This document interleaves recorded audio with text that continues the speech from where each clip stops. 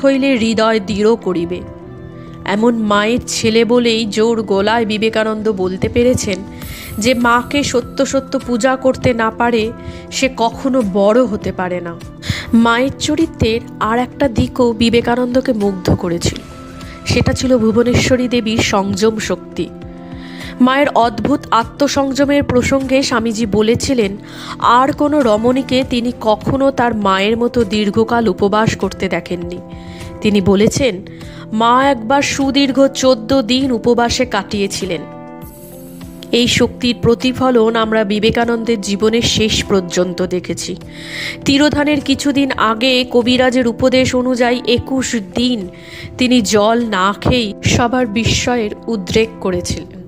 গর্ভধারিণী ভুবনেশ্বরী দেবী একবার স্বামী অখণ্ডানন্দকে বলেছিলেন, বালককালে এবং বড় হয়েও আমার ছেলে কখনো বেলা